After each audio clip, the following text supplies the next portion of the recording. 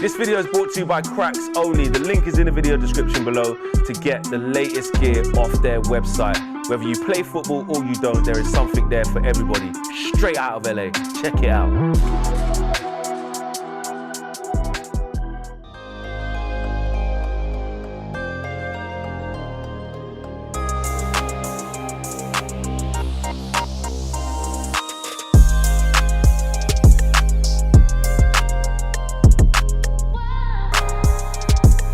What's going on, guys? Good morning. Welcome back to United View. Hope everyone is doing very well, having a good Wednesday. It's Wednesday, final day of the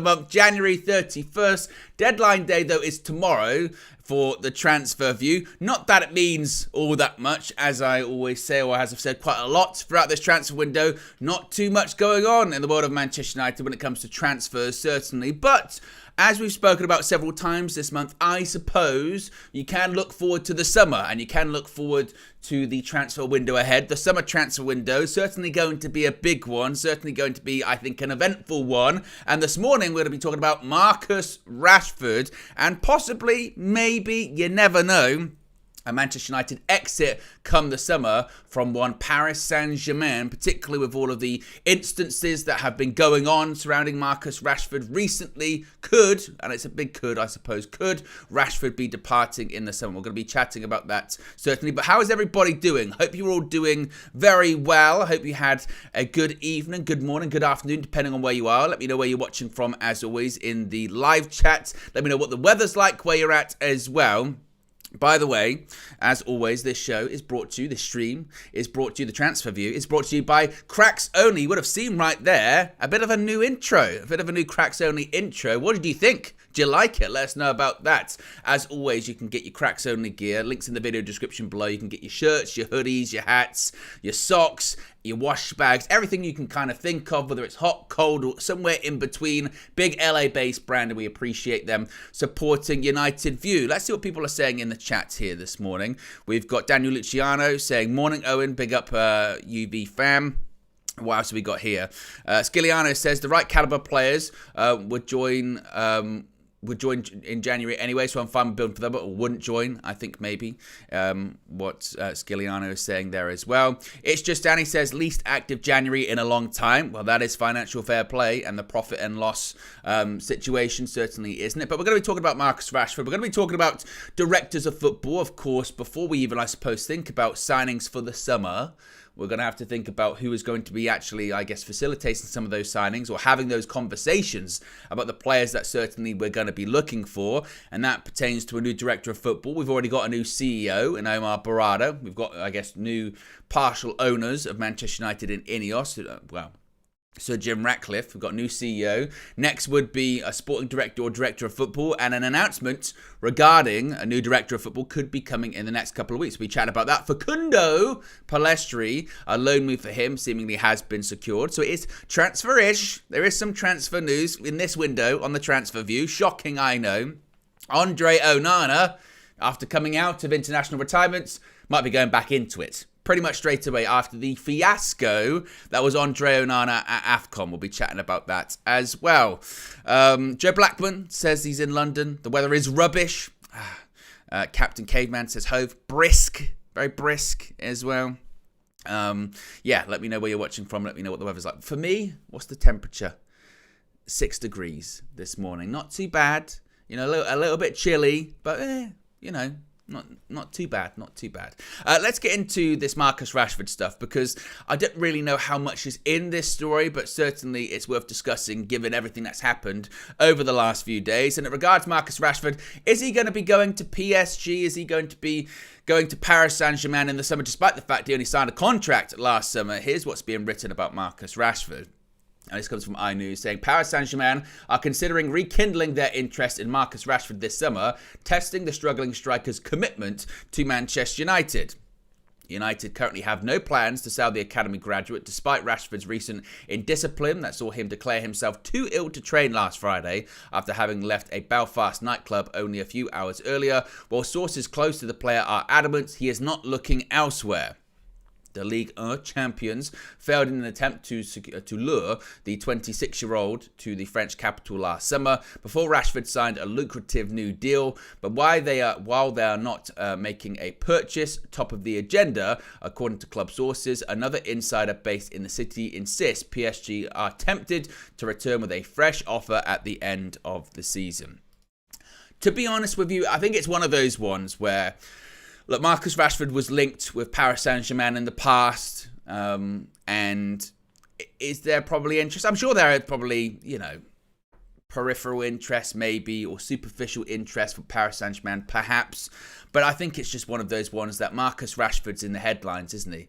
Marcus Rashford's in the headlines, so let's do a story about people being interested in Marcus Rashford. That will get some clicks, that will sell some newspapers, that will get people chatting some more, it will get some traction on social media. I think it's quite lazy reporting in the sense of Marcus Rashford, I suppose, was quite credibly linked to Paris Saint-Germain in the past. So if you're going to do a transfer story about Marcus Rashford, then you just go with someone that was interested in him in the past, don't you? You just go, Rashford, it was Paris Saint-Germain, they were interested in him in the past, right? So we'll do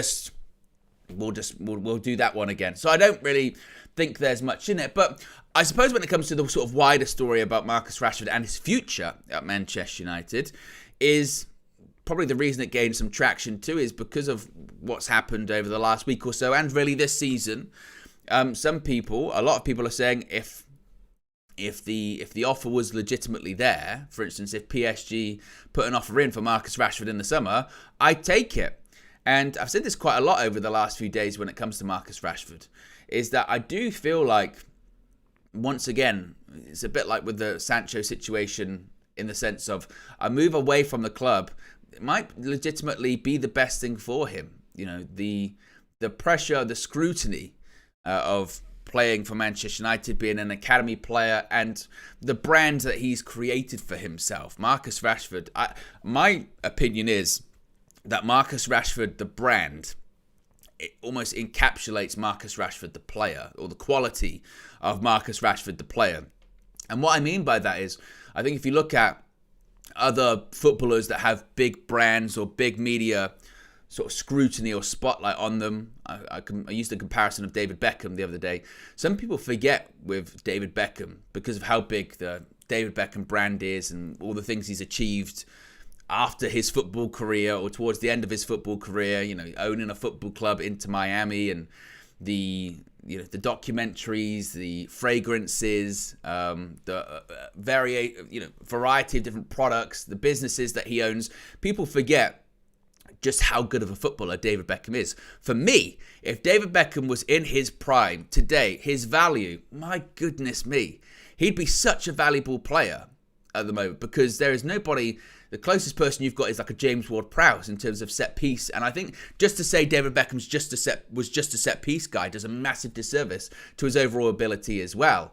And it almost shows that as he got older as well, and he transitioned into a central midfielder as opposed to a wide player, his distribution and his quality on the ball is just incredible. So my point being is that that brand is so big that people almost overlook. Some people don't even really know that David Beckham was a footballer. That's how big he is. They'll go, David Beckham, oh yeah, he's the one that's in these adverts, or he's the one that has this, or he's the one that's got his product. And you'd be like, you do know he was a footballer. What? And with that, he still delivered on the pitch. In comparison, Marcus Rashford, I think his brand that has become so big, and it's not even close to David Beckham, but his brand has become so big, I don't think that's reflective of his actual quality on the pitch. And I don't know if Marcus Rashford believes that he is on that level. I mean, I used the comparison the other day as well that, he does those programs of like LeBron James and what have you, and I sort of go, does he think that he is that ilk, the tippy top of the profession? I don't know, because I don't think he is. And what we have seen over the last 3 years, if you want to take the last 3 years as a case study, as a sample size, is 3 years ago, Ollie's last season, Ranić's interim tenure, it got really bad for Marcus Rashford. Really, really bad. You know, he was arguing with fans outside the stadium. It got to the point whereby I remember towards the end of that season, everyone was like, just don't play him, because every time he touched the ball, you could hear like grumblings in Old Trafford. You could hear the sort of, you know, and that's kind of nearly where it's at the moment. So it got so bad, and that came off a season when, you know, he was injured throughout all of it, but fought through over and over and really did damage to his body. And we sort of thought, oh, this is just a case of that season he started a bit late because he was having the surgeries and he had to get ready, and it just didn't work out. Erik ten Hag's first season, all of those stories about Rashford going away, working really, really hard, training really hard over the summer, and eventually, not immediately, but eventually, it proved dividends for him, and he had a fantastic season. Not a great whole fantastic season, it must be stressed. He had a huge bit of form through October to March, around that sort of time-ish, which is a huge chunk of the season, certainly, but it was that patch of that period of time, because after that, he'd picked up a couple of injuries towards the end of the season, and by the time he came back, around March, April, he wasn't the same. And the sort of signs of what's happened to him this season were already sort of starting then, to be honest with you. So that was beginning. And then this season, he's just been miles off on the pitch, nowhere near what he was last season at all. At points, we've had these conversations going, he can't start because it's a detriment to the team. He just cannot start. And Erik ten Hag has persisted to try and make it work. And then it got to the point whereby he was taking him off earlier. Then he wasn't playing him at all. Then you have these sort of discipline issues, and you find yourself in the situation where you are now. So I think come the summer, if there was an offer on the table from PSG, I think Ineos would have a really difficult time to refuse it, to be honest with you.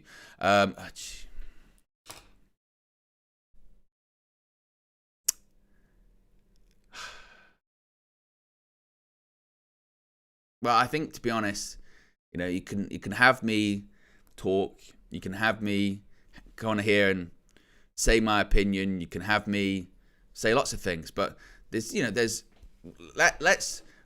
see. This needs an opinion of a pharaoh. This needs the ultimate say, doesn't it? It needs the ultimate say, and it needs the ultimate sort of judgment, and of course that comes from Nubian Pharaoh with the red. Nubian with the red.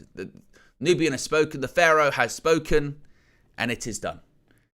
Nubian Pharaoh with the 100 super chat, 99.99, but the £100 super chat says, "My dear people," this is the thing I like with Nubian Pharaoh. It's the manners. I'm a stickler for him. Nubian Pharaoh, my dear people, Mr. Rashford, in my opinion, has run his race. A lone wolf cannot be allowed to blow the house down. We're getting philosophical. This might be my favourite one yet, Nubian Pharaoh, from you.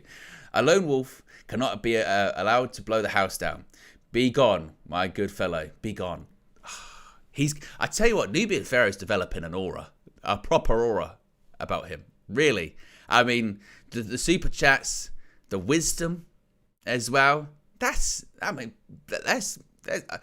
I wouldn't be shocked. We talk about pharaohs if they go in to like Pyramid of Giza. That's in the wall on hieroglyphics or something like that. They go, it's very, very, very deep, very philosophical. I mean, massive wisdom.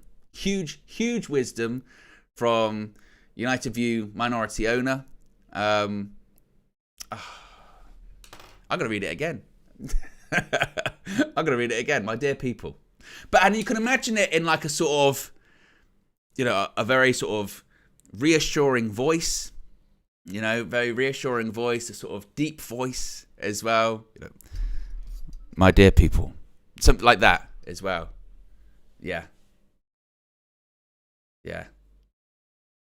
I mean, it's touched me. That's what it's done. It's touched my soul. Let's read it again. My dear people, Mr. Rashford, in my opinion, has run his race. A lone wolf cannot be allowed to blow the house down. Be gone, my good fellow. Be gone. Strong. I wish I had my soundboard loaded up, and then I would do it in the deep voice. But I don't have the soundboard loaded up. I could, but there is a high potential I'll break something if I do it. Do I take the risk? That's the question. If you guys are willing to take the risk with me, I will load up the soundboard and I'll read it again with a deep voice. Let's take the risk. Of course, take the risk. Why wouldn't I take the risk? I've pressed the button. I see what see if this works. Sometimes, when you try and load it up midstream, it can be a bit risky. We'll try it. Right, it's loading up now. Risk it. If it's funny, you got to do it. Right. Okay. Now I've got to switch this over. Got to find my microphone. There you go. There you go. Right. My microphone's still connected, I think. Let's see if I can get my sounds going. Which one do I go with? Do I go with Trailer Guy or do I go with Titan? Titan's like the Thanos one. I don't think it's really Titan one. But maybe it is. Okay, let's maybe try Titan.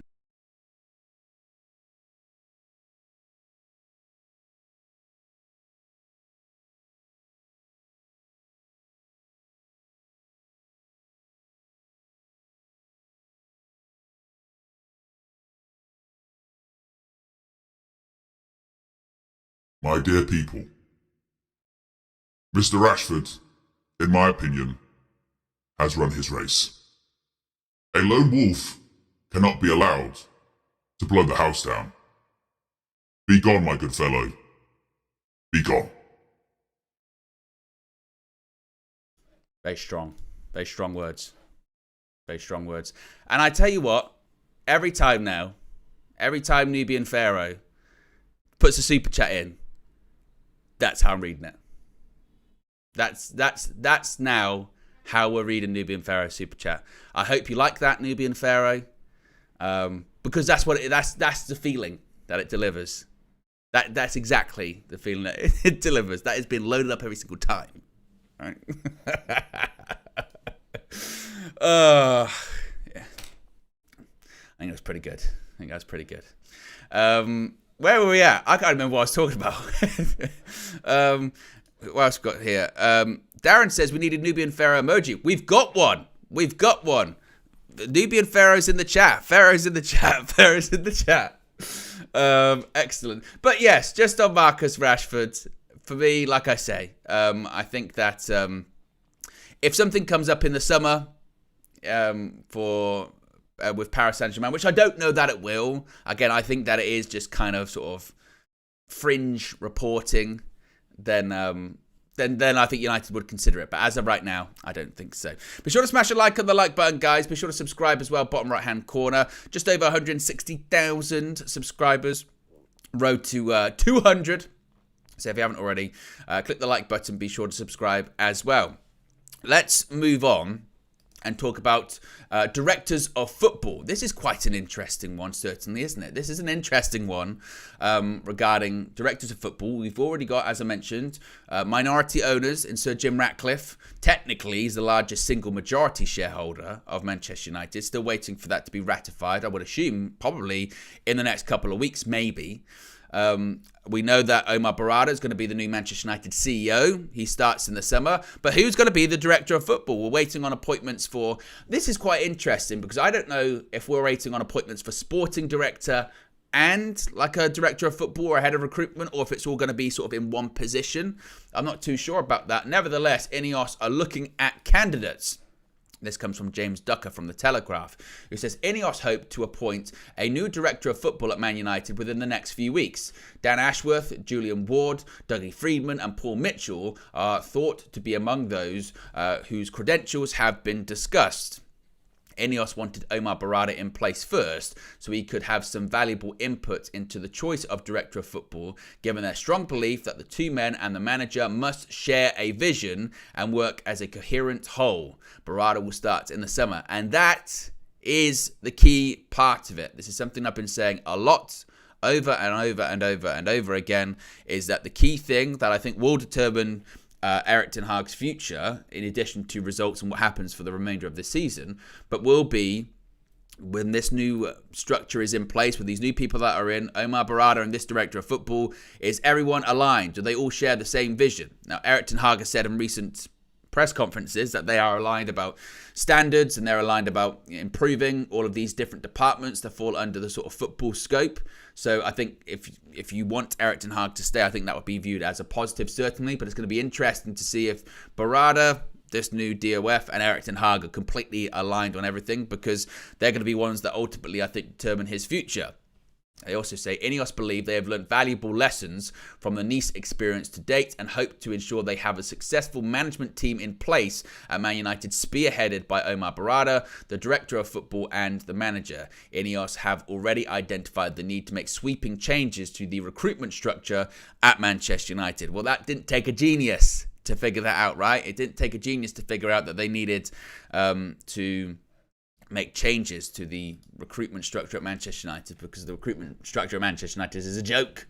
You know, it's an absolute joke, isn't it? So regardless of any of these decisions that they make, and this is why I am first of all, when it comes to the January window, I'm glad that it's just proven to be just a complete flop this season, in the sense of that's for everyone, because of the FFP and because of the PSR stuff and what have you. Just nobody's doing anything significant. And what that does allow, particularly in the case of United, you know, you could have had some instances whereby players that maybe we want to look at in the summer, they get sold in January and we're like, oh, we're going to have to go somewhere else, but we just weren't in the place to go after them in January, so we've missed out. That's not the case.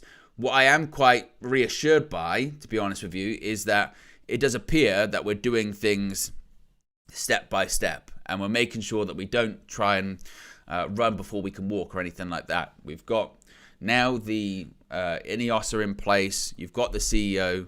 Now it's going to be the case of getting this director of football, sporting director, whatever you want to call it. And then a decision is made upon, right, what do we want to do moving forwards? Is everyone on board? Is everyone, you know, pulling in the same direction? And that includes Erik ten Hag. Like, what are we going to do when it comes to Erik? Are we happy with him? Do we feel like he's going to be empowered in this new system, in this new management team? Do we think we're going to be able to get the best out of him? Because there's an argument when it comes to Erik ten Hag of, has the Man United structure thus far sort of allowed or facilitated Man United to get the best out of Erik ten Hag? You would probably say not. You know, last season, of course, was a successful season in the sense of Champions League football, Carabao Cup, FA Cup final.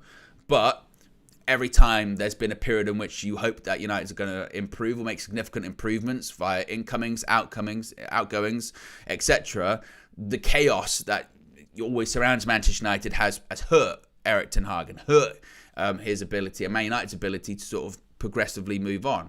So they might have that discussion going, do we think this structure would work for him? Is he happy to work with us? Do we think there are better options out there? Do we want to make a change? Because if Ineos want to make a change, and this is something that, again, that I think people need to sort of wrap their heads around, if Ineos want to make a change, or they feel like there are better options out there, then at the end of the season, that would be the time to do it. Those conversations, as I've said time and time again, will happen regardless of form or regardless of results on the pitch, unless, you know, United go on an absolute incredible run between now and the end of the season.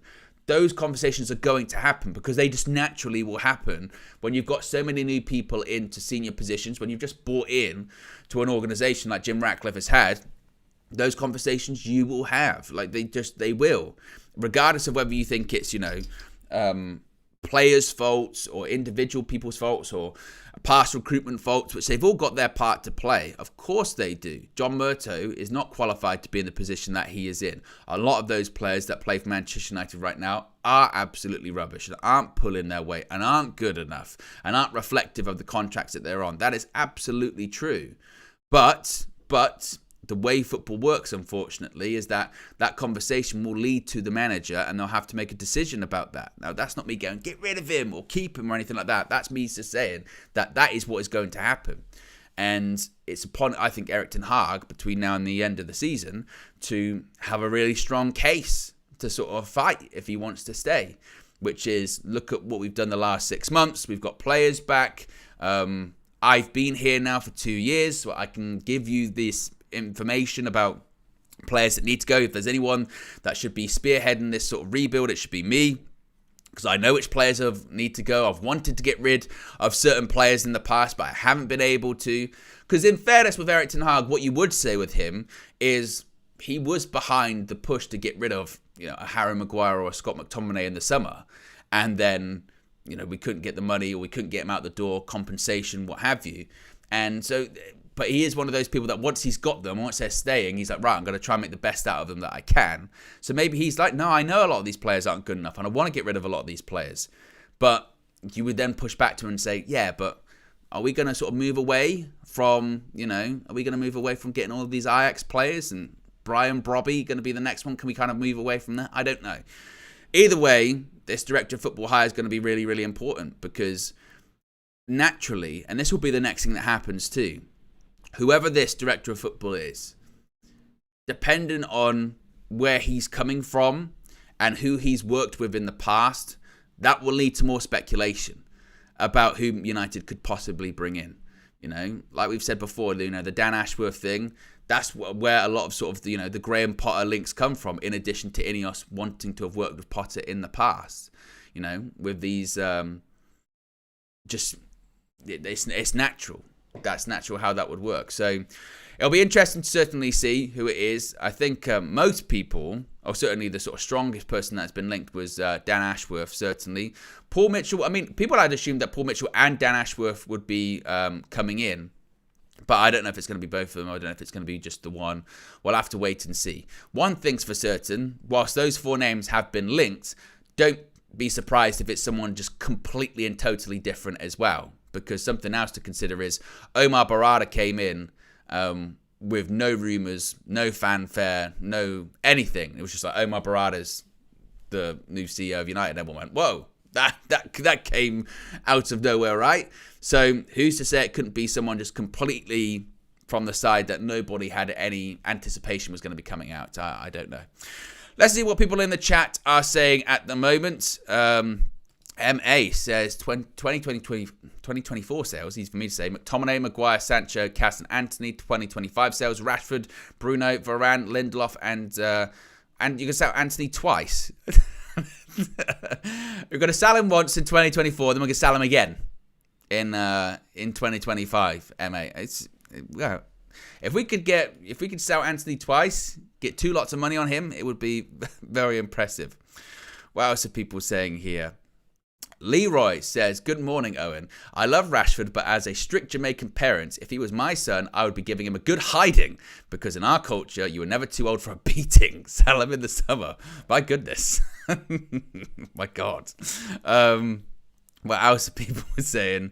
Wizard says, I think Omar can convince his work friend from Man City to join him as the DOF. Could you imagine if just with the allegations against Man City, they just start coming over? They still start coming to United. That wouldn't be suspicious at all, would it? What else are people saying here at the moment? Nikhil says, let's get to 200 likes. Absolutely, yes. Click the like button.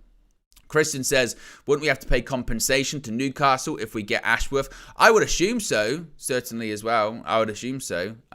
The Newcastle one's interesting, because just a few weeks ago, there was conversation, wasn't there, about why would he want to join United? And that's kind of now turned into, why wouldn't he want to join Manchester United? Why wouldn't he want to join?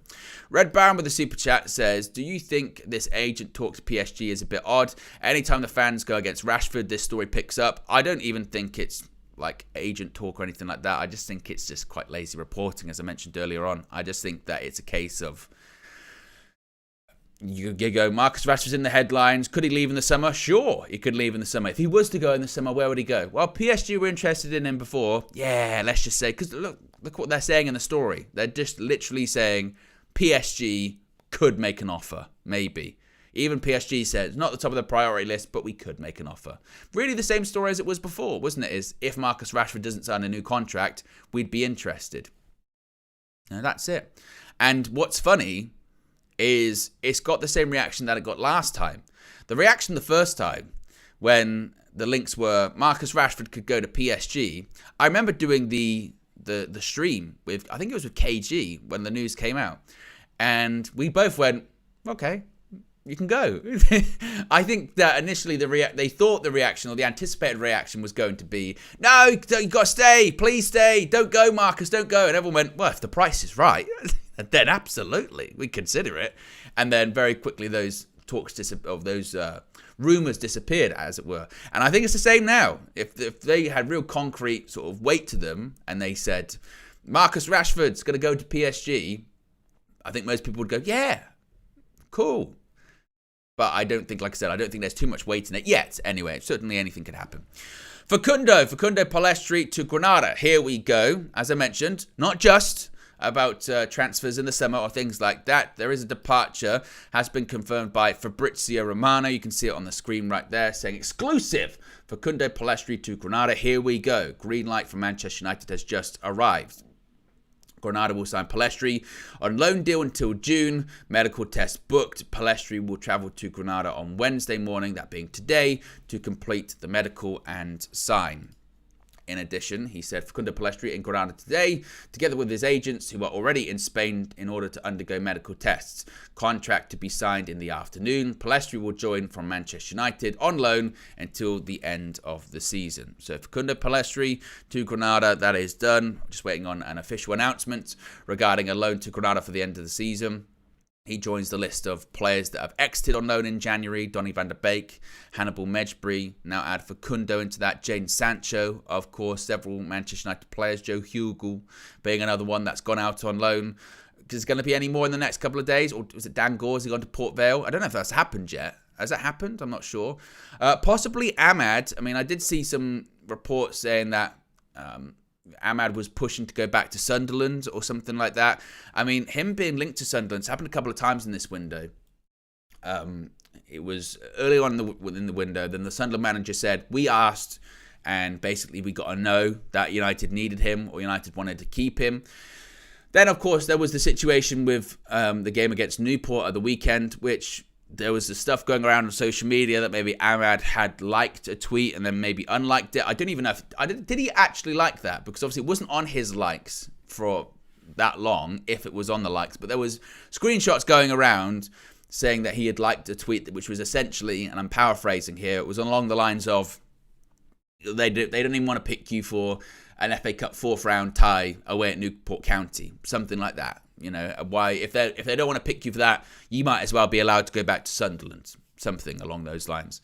And it looked like he liked it and then unliked it very fast. So possibly you could see Ahmad go out on loan for the remainder of the season. But then that means we're pretty light.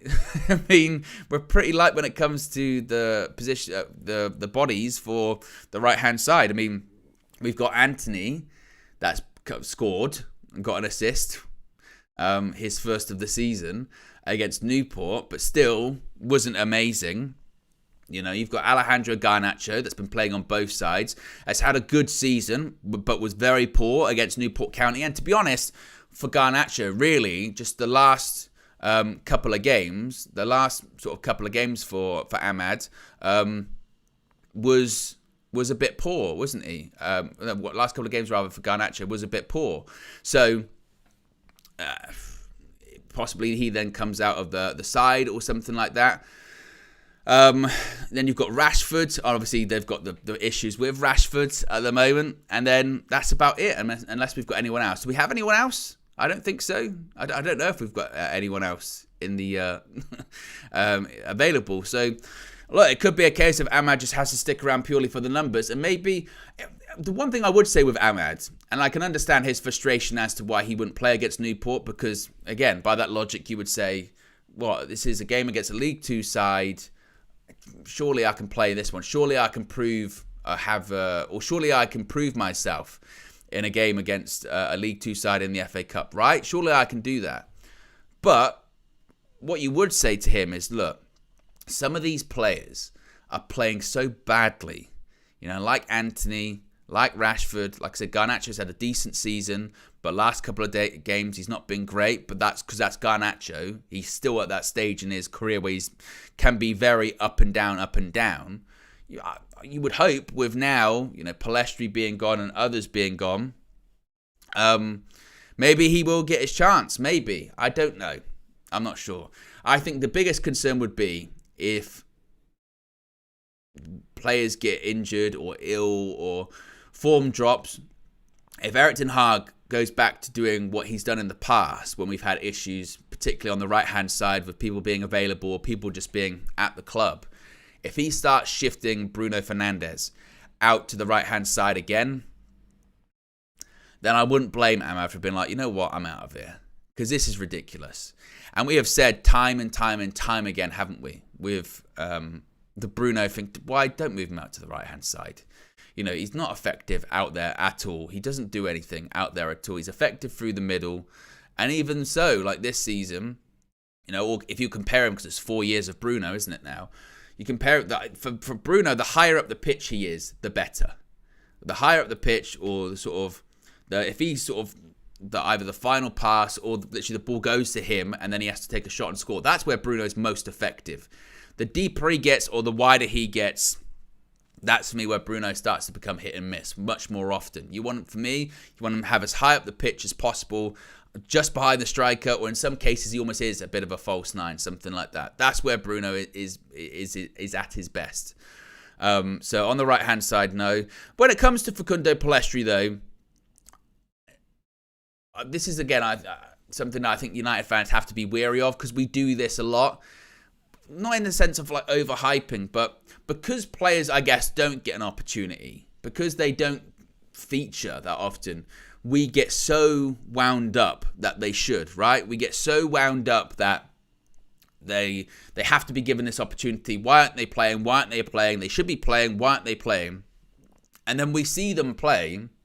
Now, we have seen Pellistri play a couple of times this season. Granted, I understand it's not every game and it's not often and he hasn't had a run of games. But when we then see him come on, we go,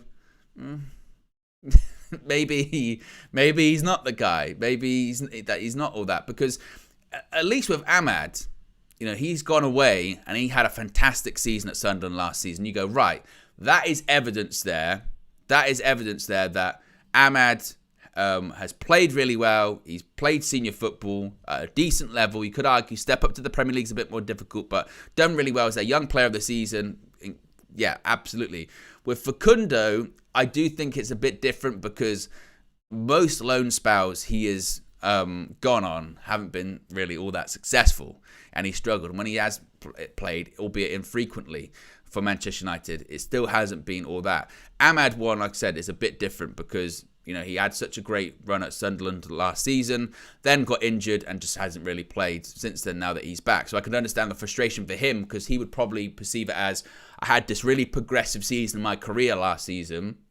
Granted, I now got injured and that kind of slowed things down, but now I just want to make sure that I don't lose out the momentum that I built last season. And he could, if he just sits on the bench for the rest of the season as well. So, but I don't expect Amad to go anywhere, certainly, as well. I just don't think that's going to happen. Red Baum with a super chat says, what's your view on fans' opinions rushing for De Zerbi when he has won 3 in 16 or something? I'm glad fans don't make decisions. Well, the thing is with De Zerbi, and it's the case with a lot of managers in the Premier League, isn't it? Is that we do like to go after the sort of the shiny new toy with certain managers, and I've said quite a few times, you know, you have to wait and see how the season plays out and see what the table says at the end of the season. Because at the same time, De Zerbi, whilst he is struggling at the moment, De Zerbi might win the Europa League with Brighton this season, and next thing you know, he's great again. So, you know, that's just how football works, isn't it? Every week or so, people change their minds or change their opinions. People go in and out of vogue and in and out of popularity or how great they are. Look at Eddie Howe. Eddie Howe, the job he did at Bournemouth was incredible when he took him from League 2 to the Premier League, and for a period of time an established Premier League side. Then it sort of crumbled a little bit. He went away. Then he didn't have a job for a little bit, and his reputation was tarnished to an extent.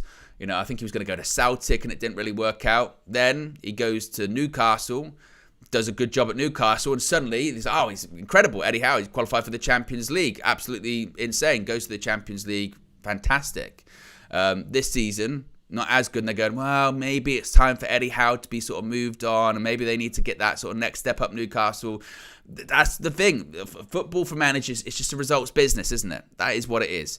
With De Zerbi, it's no different.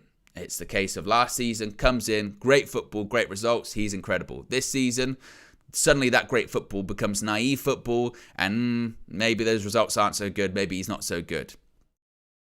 That's how it works. That's football for you. That's how it works. As far as him as a future United manager, like I say, that is also why you would say regarding the manager at Ten Hag's future, that's why you would say just wait until the end of the season, see how things play out, and see what's available and what options are there. This summer is probably one of the most anticipated summers in football that you can think of for such a long time. Obviously, you've got the Euros coming up, and we know what it's like when there's an international tournament, or at least a continental tournament in this case, whereby suddenly players become, their value doubles, or becomes suddenly, they're like, I've got to get this player because he did well at the Euros. Same with certain international managers. There are several big clubs looking for managers now. Liverpool looking for a manager, Barcelona looking for a manager. There could be others. So there is going to be so much change going on in the summer at the moment. And it's going to be fascinating to see. United have got a massive summer with it being Ineos' first one overseeing football operations, new CEO, new director of football, new a lot of things. So what are United going to do as well? It's going to be really, really interesting to see, no doubt about it. Be sure to click the like button as well if you haven't already. Let's see if we can get to 200 likes. Be sure to subscribe as well, bottom right-hand corner. Also, wanted to talk about Andre Onana this morning. Yes, I know. Andre Onana on his way back from AFCON after Cameroon's exit, as well as Sofiane Amrabat. Morocco, shockingly out of the of AFCON. In addition to that, Amrabat got sent off, technically twice as well. Technically twice, because did he get a second yellow that was then upgraded to a straight red or something like that? So Morocco, who I think a lot of people were had to be considered the favourites, right, considering their run at the World Cup in Qatar to the semi-finals. So everyone thought Morocco's easy going to win. And you looked at their team, and the team they've got on paper in comparison to a lot of other teams to be knocked out by South Africa. Really surprising. Really, really surprising, because for me, like, my only point of reference really for sort of, South African football is sort of some of the sort of South African legends in the Premier League, and also obviously the 2010 World Cup with Shabalala with a screamer, and the commentator screaming Bafana.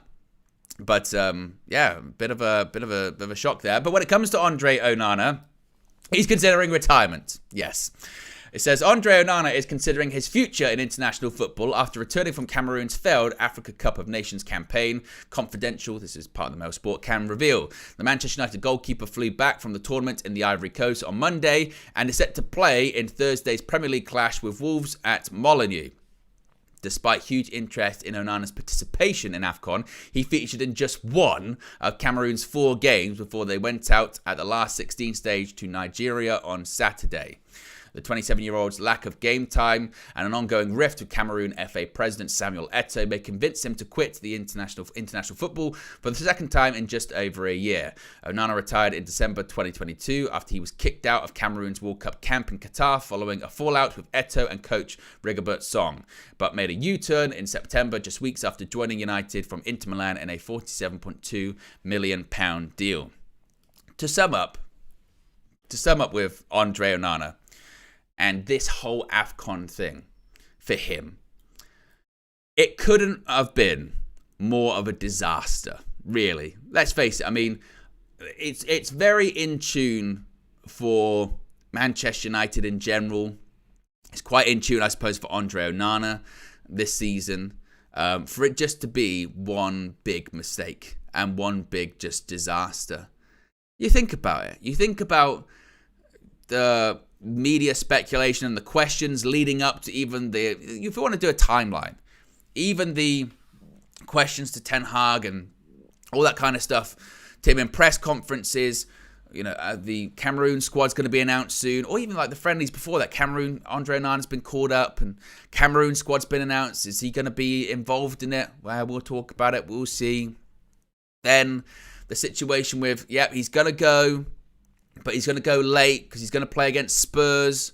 And then after Spurs, the next day, Cameroon play, and he's going to fly out. Then he flies out there, and his jet's delayed, so he has to drive there. He does make it the day of the game, but he's not selected because he arrived day of the game. So they went, of course you can't play. Onana's upset by that. He's having to be talked down by Al Hadj Diouf, which again, that says a lot as well. So he doesn't play that game. Then he does play. Cameroon lose. Then the next game, he doesn't play. He's dropped for his cousin, who's in the third tier of French football. Just, again, third tier of French football. That is the Manchester United goalkeeper being dropped for someone in the equivalent of League One. That is insane. That is insane. Doesn't play for the rest of the competition. Cameroon go out. So for all of that, it was for one game, a fallout, and also he then is going to retire because he's had a fallout with Eto'o again, or seemingly that's reared its head. And the coach, it makes you wonder why he was called up in the first place, to be honest with you. It just, again, is just one giant farce. That's what it is. It's a giant farce. It's just madness. And if I was from Cameroon, or I was participating in AFCON, or if I was an opposition player playing against Cameroon, I'd be like, look at this guy. This is so disrespectful. You're either in or you're either out. And then to show up late and then be like, Cameroon's my priority. They know this. You'd be like, yeah, but it's not. It's not. It's just, again, it's a mess. It's a whole mess. And I would advise him. I'd go, yeah, maybe you kind of give up international football again, because clearly the last two times you've been involved at a major tournament with your country, it's not gone well. It's turned into an absolute disaster. And when it comes to United, it's just so on brand for us, isn't it? It's so on brand that we've just got these constant subplots all the time. It's Andre Onana thing. What's going on with that? I don't know. What's going on with this thing? Jadon Sancho, what's happening there? I don't know. Marcus Rashford, what's going on there? I don't know. Why are you bringing in this person? I don't know. What's going on with this takeover thing? It lasted 12 months. I don't know. It's so on brand for just chaos. It's just an extra bit of chaos. And on top of that, he's had an indifferent season, to say the least, for Manchester United. In the sense of, if you want to look at a single player, not to say it's Andre Onana's fault we're out of the Champions League, but if you wanted to look at a single point of failure, one of the larger ones, you go Andre Onana had a huge hand in us not advancing in the Champions League. He made a mistake near enough every game, apart from when he saved the penalty against Copenhagen. And obviously there are other factors there. And then in the Premier League, it's been a shaky start. Yes, he's got quite a few clean sheets and what have you, but it's incredible, isn't it? But that's Man United for you. That is just Man United. What are people saying in the chat here at the moment? Jedi Pyro says, how can he say Cameroon is his priority if he turns up late, and then says he's considering retiring? I don't know. Prod by Palmeiras says, hopefully Ineos will sort a lot of shit out. I'm optimistic, but chaos will happen for the next few months either way. That is a good point, I think, as well. That whilst all of this is going on, and whilst these people are being put in place as well, this stuff that we've become accustomed to will continue. That's not going to change. It's going to still be the drama. It's still going to be the speculation on players, on managers, on the future. Maybe because the media are we've got to get every last drop out of it that we can. But also, when it comes to the summer, as I mentioned, because it's such a big summer, don't be surprised if the speculation and the links to players and what have you is in overdrive, because they're not dumb too. They realise how big of a summer it is, and if you think sometimes summer transfer windows are bad, with us being linked to players that we're not going after, get ready. The hope is that with these new people in place, like Omar Barada, who's acted swiftly in the past, that United do act swiftly and just they don't give the media or agents enough time to make these links up and make things happen that aren't going to happen. So that's why I say that the summer is going to be absolutely fascinating. Absolutely fascinating, no doubt about it. What else are people saying here in the chat at the moment before I wrap things up as well? What's on tap for the rest of the day? Oh, a reminder, press conference today is going to be at 1:45 2. I'm going to be live at 3 today. I'm going to make sure I get all the quotes, all of the facts, all that kind of stuff. So 3 o'clock, join me live to be going through the press conference, the quotes, the reactions, all that kind of stuff as well. I believe we're going to have a preview dropping later today too for the game against Wolves at Molineux on Thursday. Thursday, of course, we're going to have the morning show. Then we're going to have full coverage or build up, shall I say. It's a match day, full match day coverage of the game against Wolves. So you're going to have obviously, you know, the road trips, the match views, the fan views, the full-time view as well. If you do wish to call in to the full-time view, you can do so. You can become a member. You can click the join button. Links in the video description. It's also the pinned comment in the live chat as well. You can call in. You can have your say. So that's all coming up today and tomorrow. Yesterday, we had the Flex and KG show as well. Flex and KG went back and forth for several minutes still on the Rashford thing. But I think the Rashford thing is largely, that's kind of resolved now, isn't it? So, yes, no longer trouble in paradise for the Death in Paradise star. Tumalo says, no transfer deadline stream. Well, there's no transfers, is there? And obviously the transfer deadline is tomorrow, isn't it? And United are playing, so I don't think that's going to be the case. But there you go, guys. Appreciate you all tuning in this morning. Be sure to smash a like on the like button. Be sure to subscribe, bottom right hand corner. As I mentioned, let me know your thoughts, your reactions in the comment section below, and I'll speak to you again very soon. I'm out of here. Peace.